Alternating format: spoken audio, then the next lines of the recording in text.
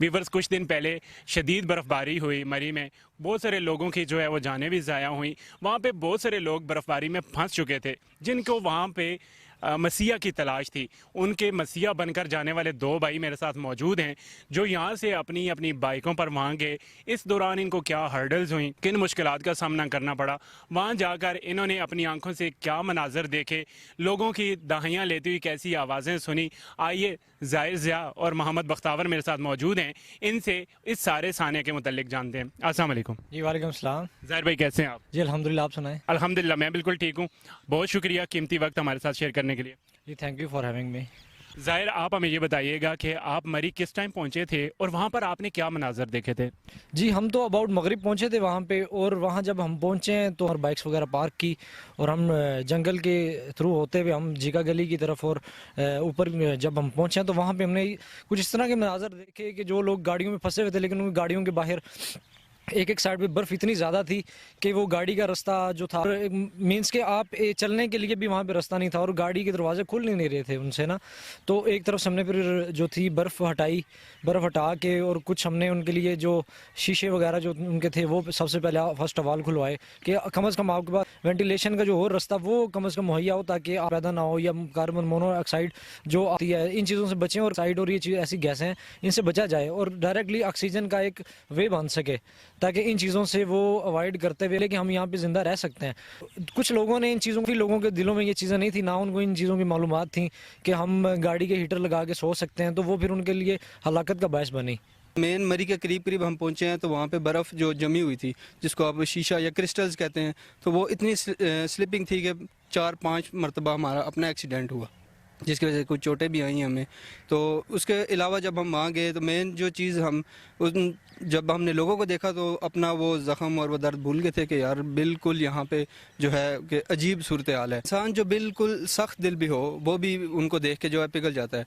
अब वहाँ पे जब हम मरी पहुँचे, मेन हमने दो फैमिलीज़ को रेस्क्यू किया जो हमारे रास्ते में पड़ी, और उसके अलावा एक बाइकिंग टूर था जो अक्सर नौजवान नस्ल है हमारी इंजॉय करने मौसम को निकलती है, वो लाहौर से आए हुए थे।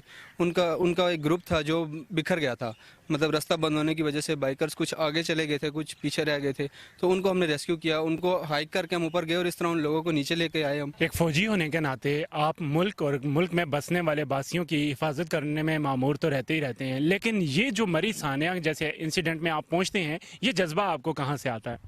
जी देखें भाई, कि जब आप एक यूनिफॉर्म वेयर कर लेते हैं, आप एक ओथ लेते हैं जब आप यूनिफॉर्म पहनते हैं, तो उसमें सबसे बड़ी एक चीज़ एक मोटिवेशन होती है। तो हमारे लिए तो अब पाकिस्तान देखें, आपके लिए, हम सब के लिए पाकिस्तान किसी बिल्डिंग का नाम नहीं है। पाकिस्तान मेरे लिए आपका नाम है, आपके लिए मैं पाकिस्तान हूँ। तो जब पाकिस्तान में बसने वालों के लिए ही हम अगर कुछ नहीं करेंगे तो हम पाकिस्तान जिंदाबाद क्या लगा लगा के, और कुछ जब प्रैक्टिकली कुछ नहीं करेंगे तो मेरा नहीं ख्याल कि हम इसके लिए मतलब या बातों से हम कुछ कर सकते हैं।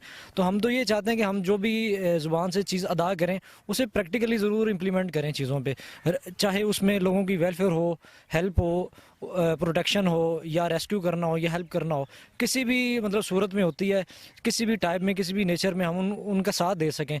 तो यही मेरी नज़दीक जो है ना पेट्रोटिज़म, और यही एक मुहब्ब वतन एक आम पाकिस्तानी है वो इस तरह करता है। क्योंकि जब हम वहाँ पहुँचे थे तो हमें ऊपर से पता चला था कि ऊपर की तरफ कुल्डरना से ऊपर मरी की तरफ वहाँ पे एक भाई हैं, सोजल मलिक उनका नाम है, और वो हमारे बहुत एक अच्छे भाई हैं, और उन्होंने 350 अबव से ज़्यादा अबव जो लोगों को अपने ज़ाती घर में ठहराया, पनाह दी, खाना वाना, स्टे, हर चीज़ उनको प्रोवाइड की।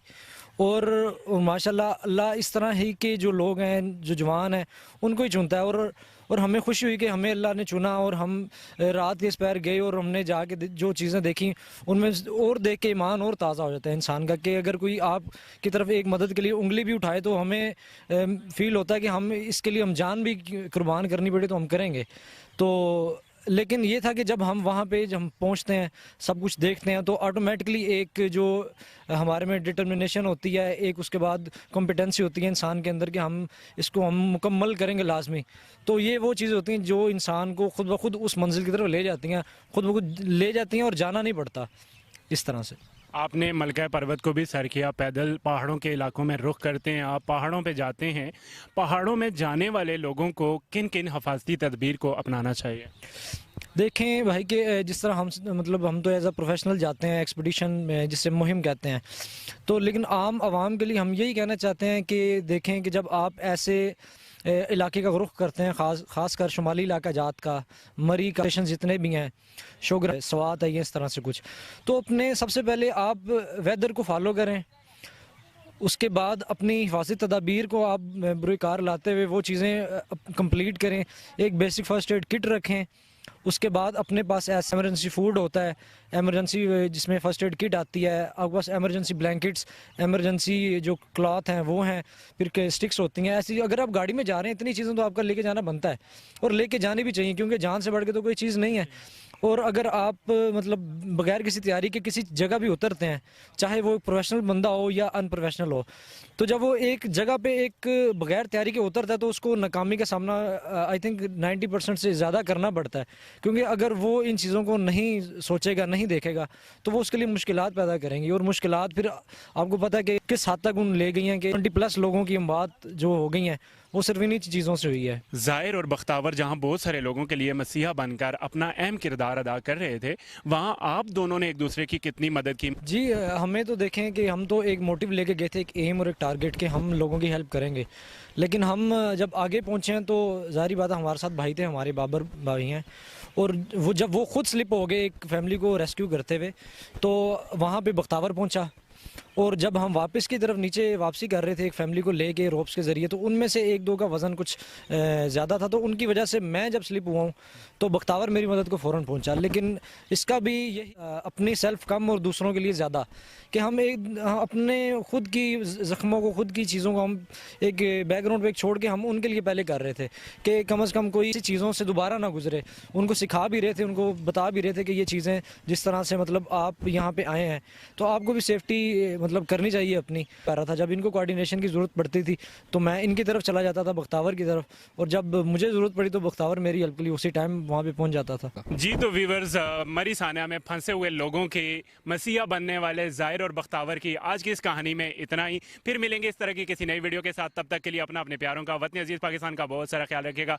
दुआओं में मुझे मेरी टीम बोलता पाकिस्तान को ज़रूर याद रखिएगा। अल्लाह नेगहबान।